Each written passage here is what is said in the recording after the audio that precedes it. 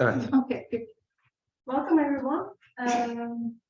Today, Assistant Professor Dr. Mert Pese is with us. Thank you for coming over. So I want to briefly introduce him. He's an Assistant Professor of Computer Science and founding director of the Tigers Laboratory in the School of Computing at Clemson University. He received 2 BS degrees in Electrical Engineering and Computer Science, and an MS degree in Electrical Engineering from the Technical University of Munich in 2014, 15, and 16, respectively. He received his PhD degree in Computer Science and Engineering from the University of Michigan this year. Okay. His current research focuses on autonomous vehicle security, adversarial machine learning, as well as automotive data privacy.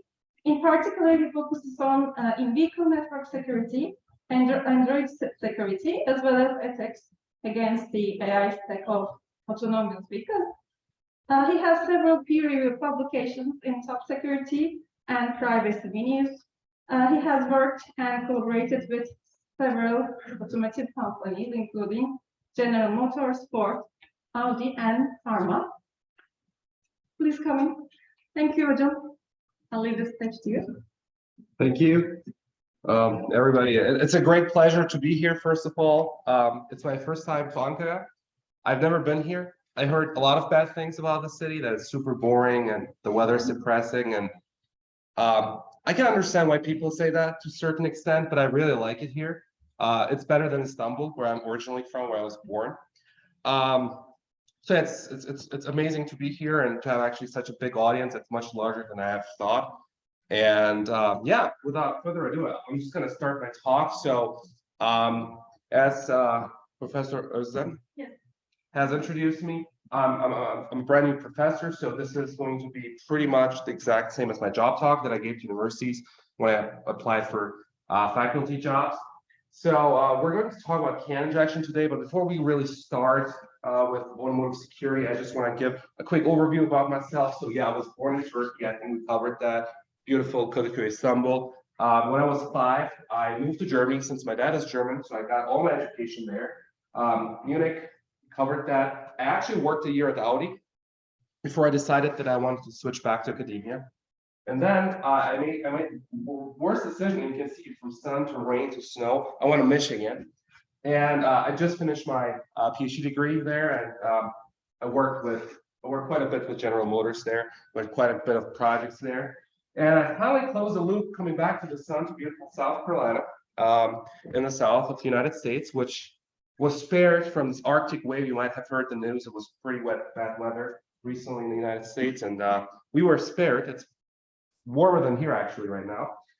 And yeah, I'm a new assistant professor, and yeah, my lab is called TigerSec, which stands for Tiger Security, obviously, and then Tiger because Clemson Tigers, it's a mascot of the university. All right, perfect. Automotive security, that's my main research area. And when we talk about vehicle security, I'm pretty sure a lot of you have heard something about it, because it was in the news in the last decade a lot. There are a lot of legislations, a lot of attacks against Teslas, especially. I think these were the most covered attacks because, you know, Teslas are very sophisticated, fancy cars. They can do a lot of really cool attacks against it. In my opinion, this was the biggest incident back in 2015 when hackers could remotely kill a Jeep on the highway. So you were in the car, driving your car straight, right? You could accelerate your car. The hackers could accelerate your car. They could brake your car. They could steer your car into a ditch. So this was the biggest incident in car security up to this stage. We'll cover this a little bit. But also like a lot of legislation, like US Senate is working on legislation. There's a lot of regulations that just came out. A new ISO standard that just was released, I think, last year, and a lot of developments in this area. So what I really like to do, I'm a car person. I identify myself as a car person. I work on cars. And a lot of people I talk to are computer scientists. They know their computers well.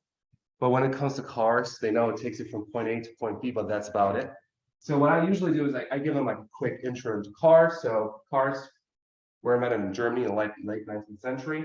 The last 100 years were pretty much unspectacular. Cars became better. more fuel efficient, more powerful. But then around 1990 was when you had a lot more electronics in the car, electronic stability control, ABS systems, a lot steer-by-wire. So a lot of the traditional mechanical stuff were being performed by electronics, navigation systems, chip tuning, where you could mod your vehicle to get more performance out of it, and so on and so forth. So I would say the last decade was the most interesting now with electric vehicles coming out, autonomous vehicles, like some sort of autonomy at least. Car-to-car communication is a big thing. I don't know if you've heard of it. Cars can talk to each other these days. Well, not production vehicles, but the concept is out there, the standards out there already. Cars can talk to each other. They can talk to smart traffic lights, roadside units. So the roadside units can tell the cars, oh yeah, there's a lot of congestion ahead, just reroute, for example. When it comes to security, it started pretty much around the year 2010. This was the year when car security really started, because the first academic publication was dropped in IEEE S&P. If you're security people, you might know that. That's Oakland, IEEE Security and Privacy Conference on car security. And a lot of papers were published after that. So if I have to categorize the last 12 years into different generations of attacks, or if I have to do a taxonomy on it, I would do it the following way. And this is my own classification. It's not like something that's agreed on widely, but that's how I classify it. So the first generation of attacks was when it started in 2010 up until 2015. These attacks were using physical interfaces. So these were every car pretty much that exists out in the streets today has a diagnostic connector under the steering wheel, which is called OBD2. It is something mandated that's required for emissions testing mostly. And attackers used this diagnostic port to gain entry into the in-vehicles network and do fancy stuff with it. For example, disable the airbags. They showed you can disable the airbags by just connecting to it and injecting certain messages to it. There was an attack where they inserted a CD-ROM, like a CD, into the infotainment system, to the radio of the car, with a malicious WMA, that's Windows Media Audio, I think that's what it's called, payload, and it would actually make the car misbehave, like turn on the lights randomly and stuff in the car. So all these attacks have in common though that they were using physical interfaces. So you needed to have some sort of physical access to the car, entry into the car, either you break into the car, but you had to be inside the car to do them. And the problem with that is you're only limited to one car at a time. You can't scale these attacks to multiple cars at the same time because you have to have physical access to that one vehicle you're targeting. Then the second generation of attacks, this generation started with the so-called GPAC that I was talking to you about. It was a completely remote attack. So it was using wireless interfaces like the IVI, that stands for in-vehicle infotainment. It's the radio, it's the thing with a touch screen in the middle of your car. It's called infotainment, in-vehicle infotainment. And usually part of the IVI is the so-called TCU, telematic control unit, that can be part of the IVI, as I've said, or standalone. It's the module which has all the antennas, all the connections, like the Wi-Fi hotspot, the cellular connection for the SIM card slot, and all that stuff. And it's part of TCU. So the Jeep hackers exploited vulnerabilities in the Wi-Fi hotspot, for example, and then gained access over cellular to gain access of the IVI in the car, and then they could inject messages into the car's network remotely. Mostly though, these attacks focus on Bluetooth, Wi-Fi again, so short range. The attacker usually had to be around the car. So they could target multiple cars now, since they didn't have to have physical access to a particular car anymore. But again, since these protocols are mostly short range, you could only target a number of cars, select number of cars. And finally, the third generation of attacks is actually what I'm researching right now. I put 2020 on there from a security perspective. It's great that it hasn't happened yet, because usually, so I made this slide in 2019. So I thought 2020 would be the final year where it would start, or would see like some security incidents and attacks happening. But fortunately, from a security perspective, it hasn't happened. And so how do these third generation attacks work? So on the IVI, so you have new IVI operating systems like Android Automotive. We're going to talk about that at the very end of the talk, because that's some of my current research. Android Automotive is basically Android that's running natively on the radio in the car, on the infotainment unit in the car. It can collect data from the car. It can write data into the car. Now, if you create a malicious third-party application and and get it into Play Store, get it accepted to be featured on the Google Play Store, and there's misconfigurations or some vulnerabilities on the production unit, on the production radio unit that's running Android Automotive, and a third-party application can gain access to writing data into the car, well, you're out of luck, because theoretically, you can target millions of cars that run this infotainment operating system at the same time.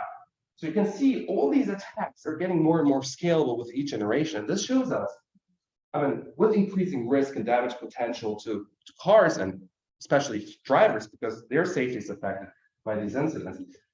The research field, the research area of automotive security is just about getting started.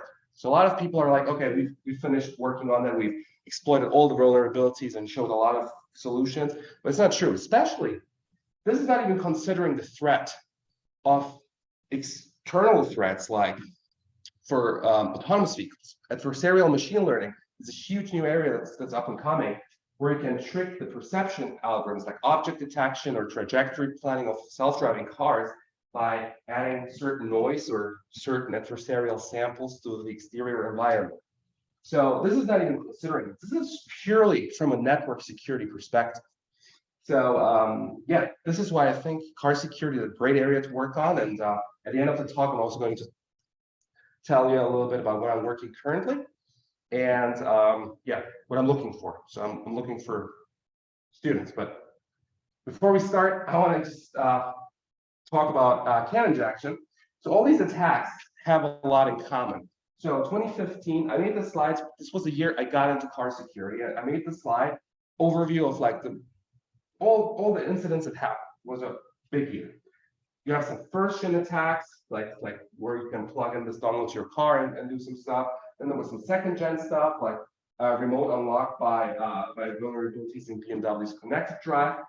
You talk about the Jeep hack here. This was the biggest incident to the state in terms of damage, financial damage. 1.4 million cars had to be recalled, and recall is a huge financial has a huge financial impact for the car maker and all the companies involved. You know, like automotive industry has a huge supply chain.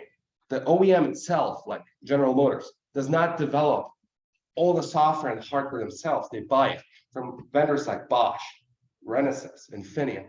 And in Jeep's case, they bought the software, the infotainment software and hardware, the unit from Harman, which is part of Samsung. I used to work there, and this was in 2019. And in 2019, there was still like a lawsuit between Chrysler, Fiat Chrysler, that was producing Jeep cars back then, and Harman. So it was a complete disaster from a lot of perspectives. Anyway, a lot of these attacks have one thing in common, though. And this was a Jeep hack, by the way. A thing called CAN injection was the necessary final component for not most attacks, actually, for all the attacks. And we're going to learn about CAN injection today and why it's so important, and what we need to talk more about and how to like solve this problem of CAN injection, how to defend against it. Okay, so let's break up this word CAN injection, shall we? So CAN does not stand for obviously like metal can here. It stands for controller area network, which is a communication protocol that's used on the in-vehicle network.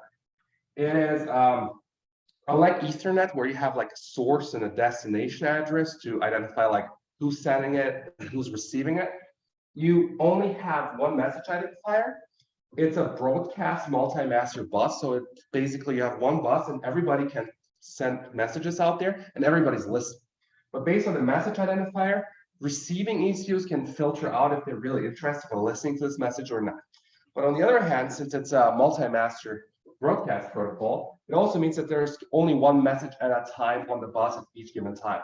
And based on the priority of messages, well, the messages that are more important are going to be on the bus immediately, and the others have to wait. But we're not going to go too much like how like the scheduling and the details and specifics of this bus. The important thing you have to know from a security perspective, we're security folks here, is if an ECU A wants to send a message to ECU B, well, it can do it. ECUA will broadcast a message, let's say with CAN ID 100. The thing here is though, CAN has been developed in the late 80s and standardized in 93, the year I was born. And so it's super old, and back then nobody thought about security, which makes sense because who would think that people would hack cars in the 90s? So if the ECUA sends a message to ECUB, you have to know that an attacker that intercepts this communication, that gains access to this CAN bus, can listen to all messages because it's in plain text, there's no encryption. And also it can impersonate ECUA really easily. It can basically override the message with a CAN ID of 100, and ECUB will still think it's coming from ECUA, although it's coming from like a man-in-the-middle attack. So we lack confidentiality and authenticity, which is a huge problem. But nobody thought about it back then. And this is a problem that's, well, that's especially relevant today, as you will see. And there's a lot of problems associated with it, and the practical implementation in the industry is lacking because of a lot of issues. Let's talk about that in this talk. One more thing you have to know first, though, like this is how the in-vehicle network of a car looks like. It's the most common architecture. There's some different architectures these days, but this is called central gateway architecture. And usually, we segment the in-vehicle network according to domains, functional domains. For example, powertrain here, which includes engine control, transmission control, brakes, all that stuff. Then you have body. This is usually like all the buttons inside the driver cabin. AC is part of body, for example. Infotainment, that's radio stuff, cameras, backup cameras and stuff. So there's different protocols too, like there's MOS, FlexRay, newer cars even have Ethernet, ultimate Ethernet. But what you have to know about CAN is it's the most prominent and de facto standard. It's still being used in all cars, pretty much. Like even Teslas, which are super sophisticated cars and super advanced cars, they still have cameras. And from a security perspective, again, first-gen attackers need to use a physical interface. So the central gateway is connected directly to this OBD2, to this diagnostic connector under the steering wheel. So first-generation attackers usually use this as an attack surface. And second-generation attackers, as we've learned, are using vulnerable ECUs. They have wireless capabilities. For example, the infotainment unit. Could be, for example, this. Obviously, I should probably have put it here, but you get the gist what I mean, right? So they compromise an ECU and gain access to a CAN bus from there. The end goal is to gain access to a CAN bus, and once you're in a CAN bus, you can do this CAN injection. Okay, so we learned about CAN. A little bit about the security of it. We covered most of it. Authenticity, you can impersonate ECUs. Integrity, there is no use of message authentication code, so it's super easy to tamper with messages. Availability, I don't know what happened here with the format. Maybe you don't have the font on your computer. Maybe that's a problem. Doesn't it? Denial of service attacks are super easy to do, and it's really dangerous because basically you can just shut off like an ECU which has super safety critical functionality. And it's super easy to do, just how the CAN broadcast protocol is designed. I'm not going to go into this in this talk. We're going to mostly focus on the others. And confidentiality. No encryption, everything's in plain text. Attackers can eavesdrop easily. Okay, cool. Now, injection part. So our ultimate objective here is we want to inject. We have access to cameras. Doesn't matter if it's physical or by exploiting like a vulnerable ECU with wireless capabilities. What we want to do is we want to inject a well-formed CAN message into the in-vehicle network. So not any CAN message. We obviously have to know which message identifier, how the data is going to look like, because if you want to steer the car into a ditch, then we need to control the steering wheel angle, for example, or the steer by wire functionality. So we need to figure out where, like, how the message has to look like. The goal is, again, we want to do something malicious, something nefarious, break the vehicle's functionalities, compromise it. And the good thing here is, or the challenge is, the challenge here is, as I've said, you don't really know what to inject to the canvas in order to make this happen, right? So this is how the data looks like with the CAN message. If you look closely, when I was talking about the message format, the payload, the data, can have up to 8 bytes of data. So these are 8 bytes, right? And different signals can be encoded by CAN ID and CAN message. So for example, the first 2 bytes of this message can include the speed. This can be the steering wheel angle. This can be the RPM, and so on and so forth. And the thing is, there's not one standard for it. So it's not like the same for every vehicle, but every car maker has different translation tables or encodes these semantics differently. So if you want to, get the speed of a Toyota, it might be in CAN ID 100, but if you want to get the speed of a Ford vehicle, it might be in CAN ID 200. And even within like an OEM, within a car maker, different models and even like different years of cars can have it encoded differently. So, and these are proprietary to the OEM.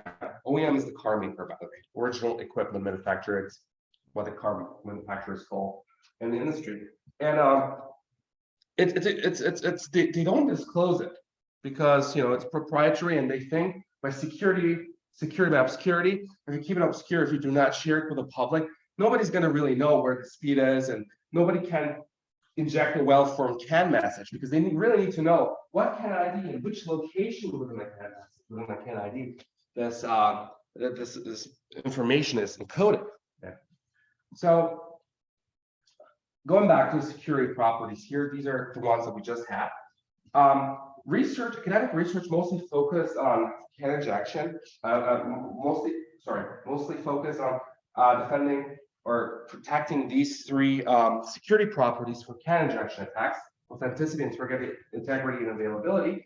Confidentiality was something that nobody really cared about because they were like, well, it's encoded differently anyway, and if you eavesdrop and like get this information, it's not like there's a ton of intellectual property in there. It's not like we can sell this information or use it. So great. Since these three key properties are lacking, you can say CAN injection is super straightforward. But thank God there's an obstacle. Because on the previous slide, we've seen that the semantics of these translation tables are unique to every car, and we don't know them. The public doesn't know them. As long as you don't hack into the OEM servers and steal this information, right? You don't know them. But is there risk? Well, not really, because everybody who wants to do something malicious is able to do it. Just the question is how much effort you want to use, you want to spend. So semantics can be reverse engineered because there's no encryption, because everything's in plain text. You can use some manual reverse engineering. You can press some buttons and see like what's changing really in the CAN data that you're recording, and kind of like figure it out by manually reverse engineering this information. Okay, so what I'm saying is, if you want to really protect CAN injection attacks, we also need to look at confidentiality, because obviously lack of encryption is what enables these reverse engineering and thus the CAN injection. Because if you do not know the format of the message you want to send, you need to reverse engineer it first. There's no way you can perform a CAN injection. So in this talk, we are going to talk about two key findings, and talk about them. First, the lack of confidentiality enables the CAN injection attacks by reverse engineering. And the first question we're going to ask here in this talk is, how serious is the threat of reverse engineering? The second part, we're going to elaborate on how to prevent CAN injection attacks. Okay, so before I start with the talk, with the content of the talk, and I promise it's going to be much faster, I just really care about giving a good background.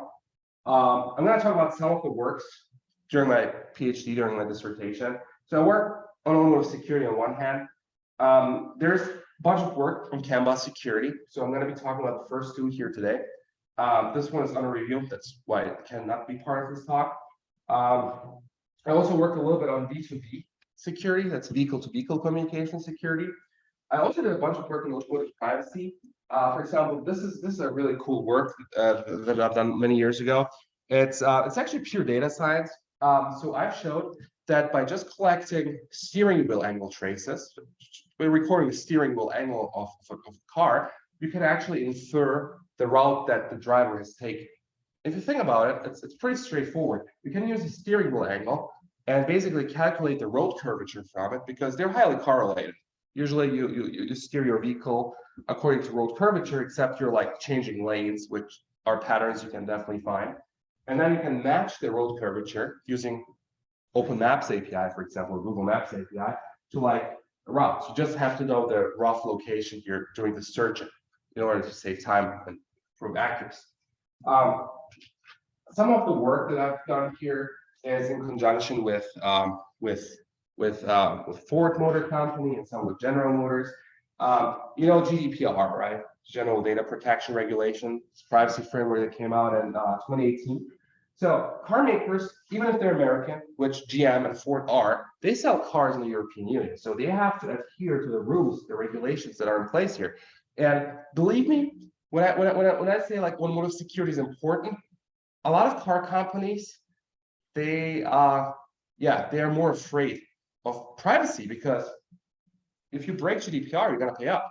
It's going to cost you a lot of money. So I feel like these days, automotive privacy is a great area of research, because car companies care a lot about it and also give out a lot of money to research it. So I've done some work on how to assess the sensitivity of vehicular sensor data. I worked a little bit on this Android automotive. This is the first paper that was published in this field, and this is a work that's just understood Neşe. It's actually a full GDPR compliant privacy framework for automotive data sharing, also as part of work with OEM. All right, cool. We're gonna focus on these two works. So without further ado, these three properties are what we're gonna look at. Availability is something we're not gonna do during this talk. So the first question is, so reverse engineering is a thing, manual reverse engineering. Questions can be accelerated because you have to repeat this reverse engineering for each vehicle you want to reverse engineer the information from. We propose LibreCAN. It's an automated CAN reverse engineering tool. So we're going to basically show that you can automate this entire process and make it generic for all cars, so you don't have to repeat it manually for each car again and again. And the second part of this talk is going to be on how we can practically mitigate and reverse engineering and thus CAN injection attacks. And a huge focus on practicability. That we're going to talk about that, why, and that's going to be S2. Okay, cool. LibreCAN.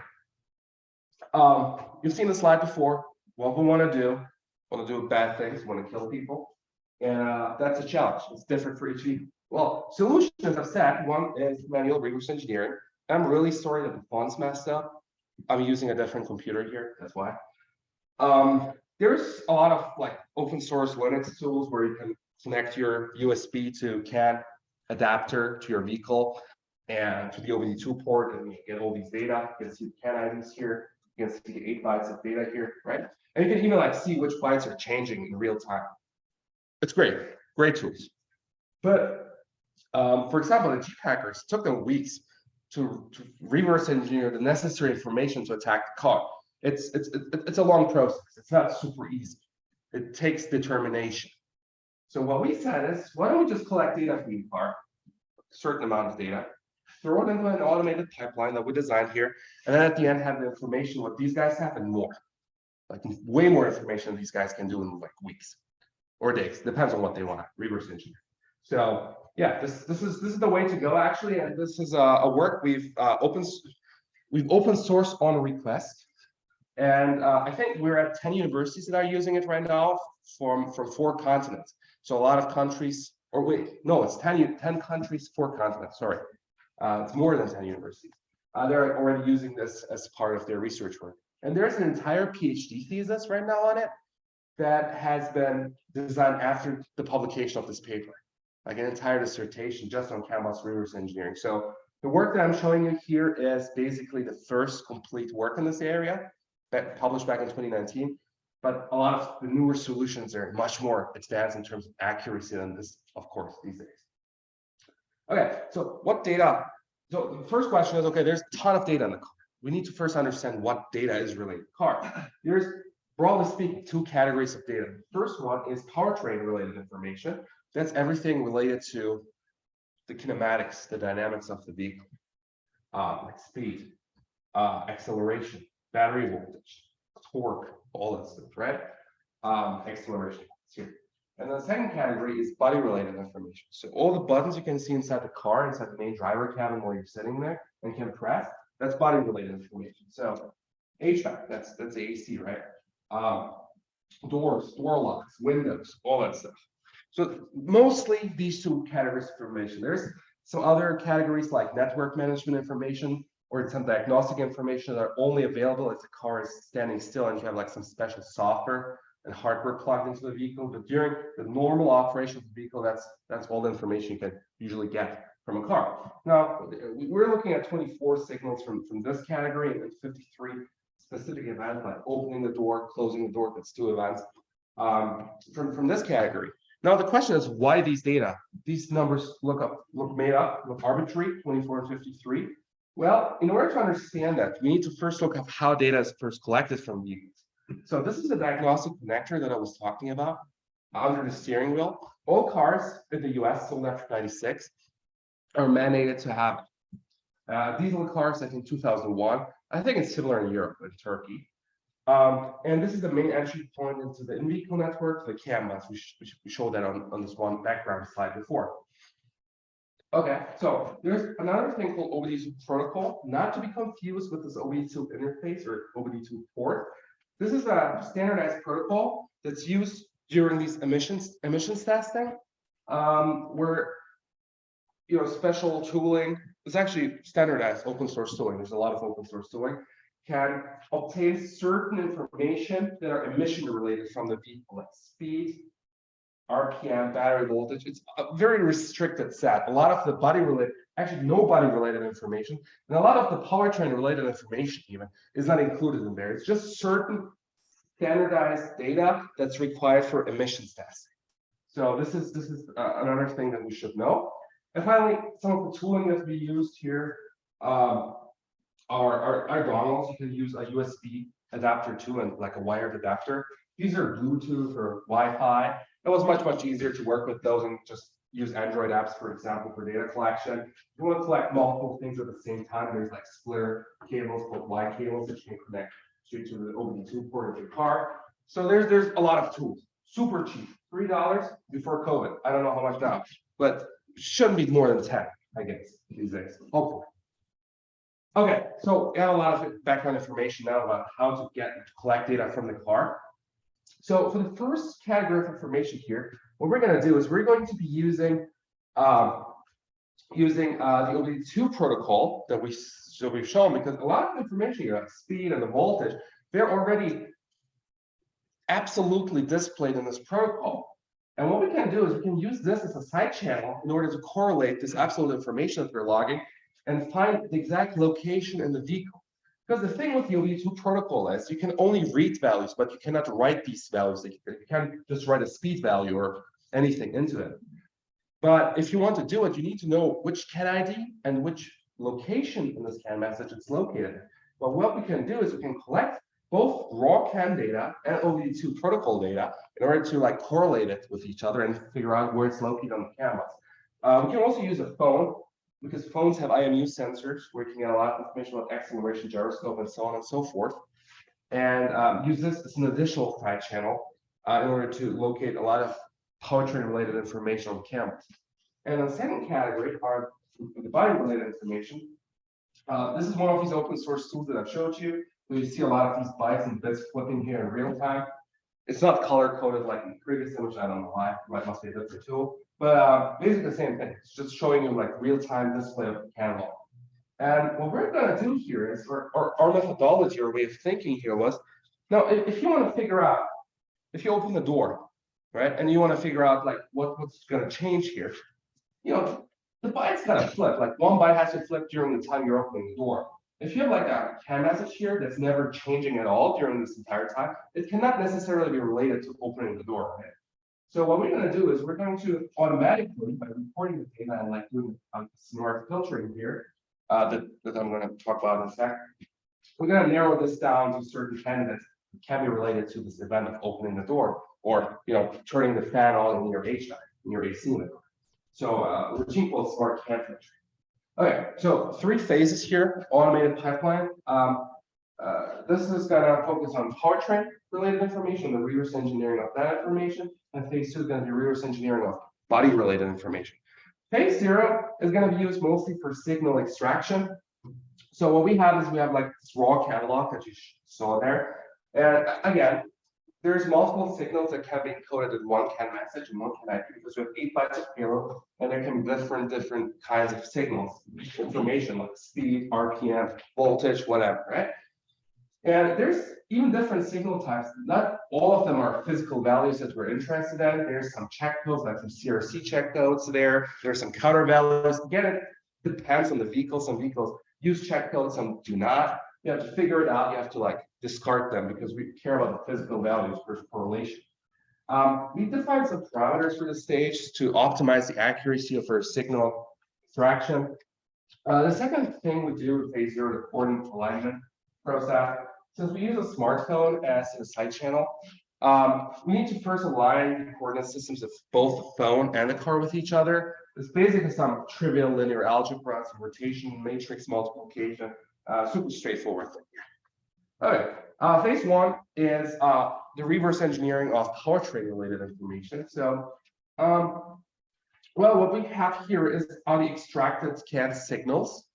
So basically, we're gonna throw in 1, 2, 3, 4, 5, 6, 7 CAN signals. Obviously, it's just one CAN ID. There's technically a few thousand in the car. So there's a bunch of CAN signals that are extracted now. And you throw in that, and then you throw in the side channels, like the OBD2 protocol side channels, and then the phone side channels. And you have to first resample these extracted CAN signals in the side channels to the same length, because OBD2 protocol signals are usually sampled at 10 hertz, and raw CAN signals can be anywhere between 1 and 100 hertz, the same as with the phone. So you have to resample that. Then, and this is pretty important. So if you, for example, go 100 kilometers per hour in a car, this data is not necessarily going to be encoded as 100 in binary in these first 2 bytes of the message, for example. It can be encoded as 10, because what you can do is the encoded value usually is multiplied by scale. So if it's 10 here and we go to 100, scale has to be 10, right? 10 times 10, and the offset is 0. So there's a linear mapping between how it's encoded in the message and what the absolute value is. But the good thing is, this is not a standard, but it's literally done with every vehicle like that. It's always a linear mapping. You can use normalized cross correlation now between your side channels D and your CAN signals R to figure out where it's located. So let's say we want to know the engine RPM. We want to reverse engineer the engine speed. That's the engine RPM. You know, if you press the pedal, the acceleration pedal a lot, you're going to rev up the engine. The RPM is going to go up. So if you do a normalized cross correlation between these two and sort it descending with the highest correlation value first, this is what we're going to get. A correlation value of 1, means it's highly correlated. 0 means it's not at all. So that's why we sort it like this. And basically, this is just an example. This is not necessarily like the correct values, just for demo purposes. Basically, what this log says is that CAN ID 516 for bit position 28 to 39 has a 98% correlation score to be the engine RPM. So again, we can be pretty sure that the engine RPM is encoded in this CAN ID in these positions. Same with 1071, right? For these positions, also 97%. A piece of information like engine RPM or the speed can be encoded in multiple messages at the same time. There's some sort of redundancy usually, just in case some ECU fails for a time, that there's like some backup. And you usually get like 2,000 to 3,000 signals from each car. So we run it for basically this list goes on for 2,000 lines. It's not very slow. It's not very it's not very slow. It's super easy to run cross correlation, even like a CPU. Anyway, we need to determine a cutoff point where we can say everything above this line is related to engine RPM and everything below it is probably not related to it. And this cutoff point is also determined by a design parameter here. And so in this case, these 5 CAN IDs, these 5 CAN signals here are related to engine RPM and everything below is not. And finally, since we have the scale and the offset that we still need to determine, we can just run linear regression to determine those. And this is pretty much the only machine learning, if you want to call linear regression machine learning, in this project. So we're going to see actually why this is a fantastic thing to avoid machine learning in this project, because it's pretty fast, as you're going to see. And then finally, phase two, and I got to speed up a little. We're talking a lot today. Phase two is the reverse engineering part of body-related information. So what we did here is we developed an Android app that can interact with these data loggers, with these tools. And basically, we record 53 events, like open the trunk, open the passenger door, close the passenger door, 53 events. And we give it to like users to collect this data, and then they click on start, and they perform this action, and click next event, and they loop through all these 53 events. These are called event snippets. So because these are events, 53 events, so they're called event snippet. And we calculate another snippet called the reference snippet. This is a very particular snippet where the engine is off, obviously. The radio is off, the AC is off, you're not touching anything in the car. So it's basically the minimum baseline state in the car. The only thing that has to be really on is the accessory power. So if you have like these old cars, you have to like turn the key once. So you get some power. So the data logger can actually like be powered on to collect data, but everything else is off. So minimum working state of the car. And this is the reference. Now what we do is three-step, three-stage filtering process. So let's say this is our log here. Again, not from a real car, completely made up, just for demo purposes. In the first stage, we filter out constant messages. So as I've said, if you open the door, then one message has to change. Now that's related to this event of opening the door. But if there's messages that never change during the entirety of this event snippet, it cannot be related to this car. This is pure logic. The second stage is we filter on reference messages. Remember, I told you we calculated a minimum working example reference snippet.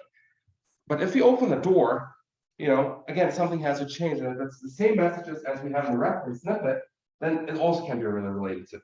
And then finally, the third stage, we look at powertrain related messages from phase one, because we identified certain CAN IDs that have like information like speed and battery voltage in it. And usually body-related information and powertrain-related information don't mix. They're never within the same CAN ID. So we can also filter those. And then basically we end up with a couple CAN IDs here that are not marked in these three stages. Another two parameters that we have here to optimize the accuracy of this phase. Okay, so we did experiments. Same car maker, I cannot name because of NDA we have with them. But we use different cars. Of them, we use a sedan, a compact SUV. That's more like I think a premium SUV. That's what it's called, and a pickup truck. To have different complexities, different vehicles. They were all 2017 model year and newer, so newer vehicles. And one thing we had is we had these translation tables, the real ones that are never disclosed to the public, available to us since we work with them. These are called DPC files, by the way, in slang. And the reason we had them is because we want to reverse engineer them, right? Is so we can actually calculate the accuracy by comparing it to this ground truth. Right. So some evaluation results here. Again, we have these couple parameters here to maximize number of correctly extracted, CE stands for correctly extracted signals. Main takeaways from this slide is, first of all, more than half of all the signals can be reverse engineered. And you're going to ask me now, that's not good. It's just slightly more than 50%, 50 to 60%. Well, as I've said, there's certain messages like network management messages, also emergency calls that are usually not triggered if you're driving the car. Like the network management is only when you're in the shop, when diagnostic tools are connected to the car. The second part of the second kind of messages, emergency call, are only triggered if you're in an accident. Well, thank God we were never in an accident while collecting data, so we never triggered those information. And we confirmed those numbers with our OEM, and they said, yeah, numbers make sense, look good. So there's a lot of messages technically that you can never trigger. Second thing here is that matching the exact signal boundaries is difficult. So we can see we have like around 30% here. And the reason for this is actually pretty straightforward too. If let's say the speed is encoded as an 8-bit value, unsigned integer, right? So it can encode values from 0 to 255 kilometers per hour, right? 8-bit. Well, in the US, you have a speed limit of 110, 120 kilometers per hour. And I'm an immigrant, right? I abided by the laws because I don't want to get deported or get in trouble. So the thing is, if you don't go above 128 kilometers per hour, you can never trigger the most significant bit. Same with a lot of other parameters. So we could only trigger, like this, we only set the signal boundaries go from 6 to 0 instead from 7 to 0. So, but if you look at roughly correctly extracted signals, then we had over 90+% accuracy, as you can see in the paper. Okay, some other results here. So reverse engineering, powertrain related information. So here in phase 1, we drew the precision recall curve for all the 4 vehicles, and we can basically say that both identified signals here are correct, which is great. In phase 2, 2 key takeaways. First takeaway is the accuracy is really good. Second takeaway is, if you look at the raw CAN messages that we have in the beginning here of the filtering, this is for vehicle A, the sedan, we have like over 100 messages, right? Over 100 CAN IDs, that's a lot. After all these 3 stages, we have like having here like I think like 13 or 14 CAN IDs, which is a huge reduction of CAN IDs there. And I'm not saying every one of these 13 to 14 CAN IDs is really going to be related to this event of opening the door. Maybe only like 5 of them are, but at least you narrowed it down so you can actually, by some manual inspection at the very end, can like narrow it down even further. It's better than going through like 100 CAN messages. On average, we can reduce the number of CAN IDs by more than 10 times on average. Other metrics we looked at is like manual effort. How much data do we have to throw into this pipeline? So we collected a bunch of data from each car. All the numbers that you saw in the accuracy slides were on 1 hour data. We also wanted to see if we can collect less data and achieve like similar accuracy. So we showed that 30 minutes is like the lower bound of data you have to collect. For phase 2, where you have this Android app, we did a human study experiment. We recruited a bunch of people who did not even have a license, were experts in that one specific car, and we averaged the numbers out. So recording these 53 events, finding the right buttons and recording all that stuff took on average like 10 minutes, which is pretty fast. So what we can say here is like 40 minutes in total of human effort is good enough for collecting data to throw it into the pipeline. And finally, how fast is LibreCAN? After throwing it into this pipeline, when do we have the results? So again, since we don't use machine learning, it's pretty fast. And we had like a good fast server here. And it usually took under 1.5 minutes to reverse engineer all this information. So to sum up here, LibreCAN. So the car hacking barrier is something that can be overcome by automated CAN bus reverse engineering, because now when we have this information, this reverse engineered information, we can continue to do a CAN injection. We automated it. It's the first framework to fully look at all these categories of data. The performance is pretty good. I mean, newer tools now published in the last 1-2 years are obviously much better, but back then it was state of the art. And time is pretty fast too, as we've shown on the previous slide. So one question I have to you is, do I have a hard stop at 1:30? How does it look like? Is the hard stop? Yes, because the other course starts at 1:40.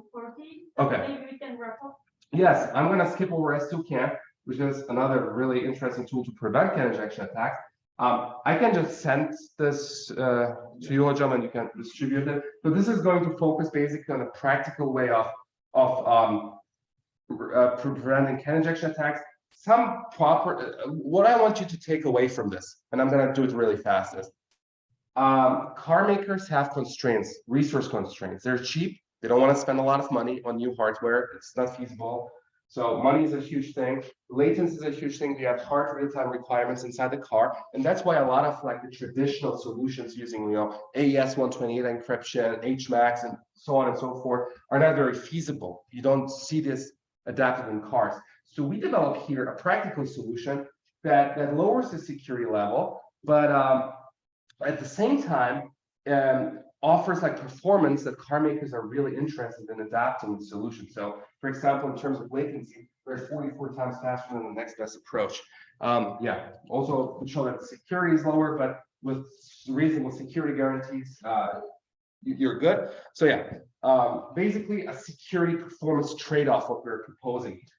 Okay, one conclusion of this talk basically is that CAN protocol is still widely used without security extensions, and leads to CAN injection attacks which affect human safety. If a car is driven into a ditch, We address two aspects of CAN injection, how we can accelerate it through automated reverse engineering. That's what we talked about. Unfortunately, I had to skip this part, how we can prevent CAN injection attacks in a feasible, practical way, which is a very important thing in the automotive industry if you want to adopt one of these solutions. Also work on like these DOS attacks, as I've said, is another chapter in my thesis. If you want to look it up, it's in my thesis, and look it up.